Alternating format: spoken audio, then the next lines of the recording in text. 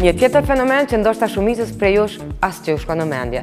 Mjafton një ditë të kaloni në ndonjërin prej rrugisave të pazarit të kryeqytetit dhe besoj që e dini se për çka është fjala.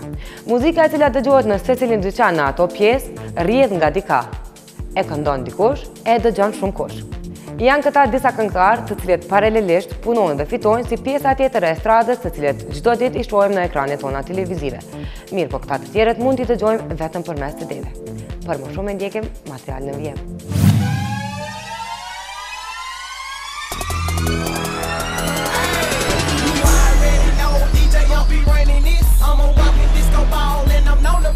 Jeta e shtrenjtë, klipet e shumta, fama që gëzojnë, janë vetëm disa nga kënaqësi që t'i ofron jeta e showbizit. Televizioni është ai që emeton story për personazhe të caktuar, transmeton klipe e evente, me persona publik që ndryshojnë prej vitit në vit. Hiti i ri, albumi apo klipi nuk është janë fitim prurës pasi që po ankohen se pirateria nuk pilet të marrin frymë. E në anën tjetër, ekziston një realitet paralel me këta këngëtarë dhe që po ja shohin hajrin çdo të CD të publikuar, të cilën nuk po e bëjmë për famë, po për biznes.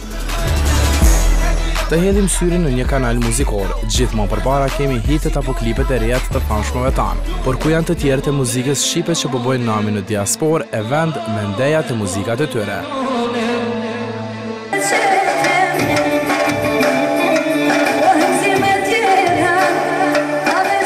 Si popull sevdali që jemi, eja hedhi me njëherë valës. Në përndeja e darsma, nuk i shohim shpesh seksi artistët tona duke performuar. Por këtë gjë bëjnë këngëtarët e një lloj rrymë muzikore, e cila nuk promovohet në televizion, por gjiten dikun tjetër. Në hyrje të tregut në kryeqytet dëgjohet muzikë nga të më të ndryshmet. Po të hysh brenda në CD shopët mund të gjesh që nga Ibrahim Tatlisesi, Bete Sefës e deri tek Vesa Luma. Po këta, ndoshta jo dhe shumë të njohur për të gjitha shtresat, këngëtarët e një tjetër zhanri muzikor. Tu mas shumë të shitet folklori, edhe shitet tamam muzika popullore. Mehdi Berisha, Bashkim Spahiu, Bekim Kumanova, Shkurte Gashi, janë disa nga emrat që mund t'i shohësh në kopertinat e CD-ve në tregun tonë. Po ka edhe që e dojnë muzikën e tyne, për shambull që këtë Bekim Kumanova, këtë në muzikë talavava, shpilipin tash. E kështu që e dojnë publikut tamam për darsma si farsene e lypin.